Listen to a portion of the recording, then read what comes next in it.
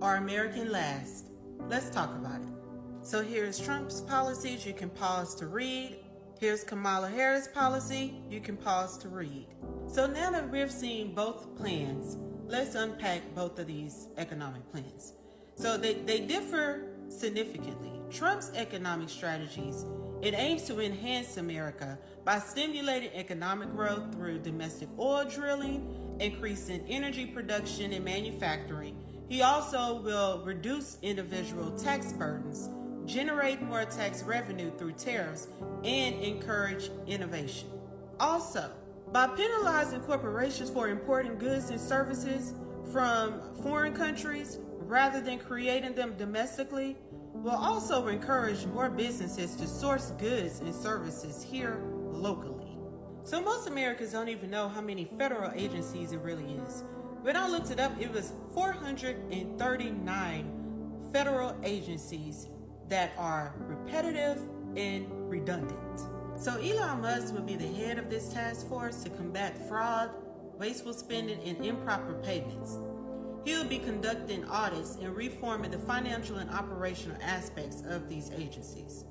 The federal government hasn't been audited in over 50 years. Now, do you see why they want to stay in power? Drain the swamp. So let's not be fooled. The only reason why they want to prevent Trump from entering in that White House is because this task force will be scrutinizing the financial practices of all government agencies due to inadequate accountability, corruption, and lack of transparency.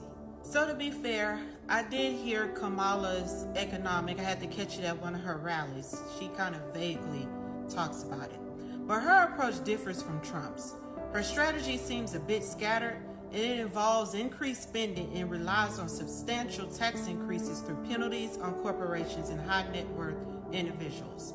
And don't be fooled, there's going to be a tax hike on the middle class as well. So this was one of the biggest issues that I had with it. So rather than letting the market dictate the supply and demand of goods and services, she is advocating for a more government-controlled system, similar to communism.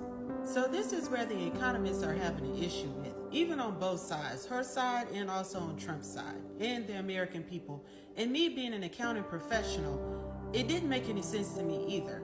Because if you raise the corporate tax rate significantly, it's going to reduce working capital, cash flow, and profits, and also will potentially result in substantial layoffs and desolates job creation. Now, her plan not only fails to assist the middle class, but it also harms it. So by removing Trump's tax credits, you will face an additional 1 to 4% increase in individual income tax. That's the quiet part that isn't being said out loud. By raising the capital gains tax to 44%, it's seen as a form of government overreach. So for instance, if you buy a stock for $100 and it sells for $100,000, you will be required to pay $44,000 of your gains in taxes to the government. So the unrealized capital gains tax is something that has not been done in American history before. So this means that your assets are taxed each year based on their growth, even before you sell them. So for instance, if you buy a stock for $100 and it grows to $100,000, you'll owe the government $25,000 from your own funds, despite not selling the stock yet. Both scenarios are theft by taxation, in my opinion. To be fair, she now specifies that she is focusing solely on individuals with a net worth of $100 million. So you might ask, what's the issue with that? Well, the concern is that this approach may discourage venture capitalists, private equity firms, and angel investors from providing funding for small businesses and startups. And minority businesses have a hard time receiving funding in the first place. So increased taxation on capital gains will also lead to a mass sell-off of assets in the stock market, which will have a significant negative impact on retirement accounts.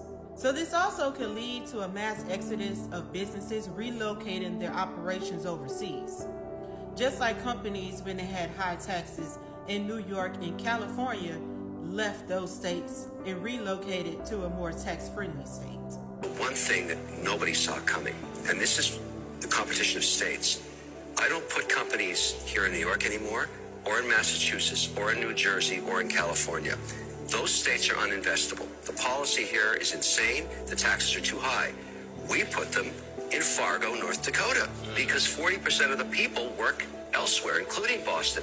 So I was, of a bit of a debate with Elizabeth Warren about this, but I say, look, Senator, we've got to move the companies out of your state because you're not investable anymore.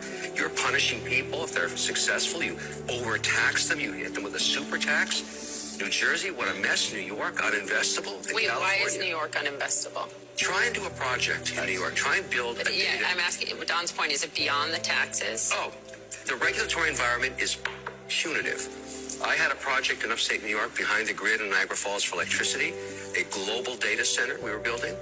Eventually, it got so bad with the politicians in the local region and the state policy, we moved it to Norway and all the jobs.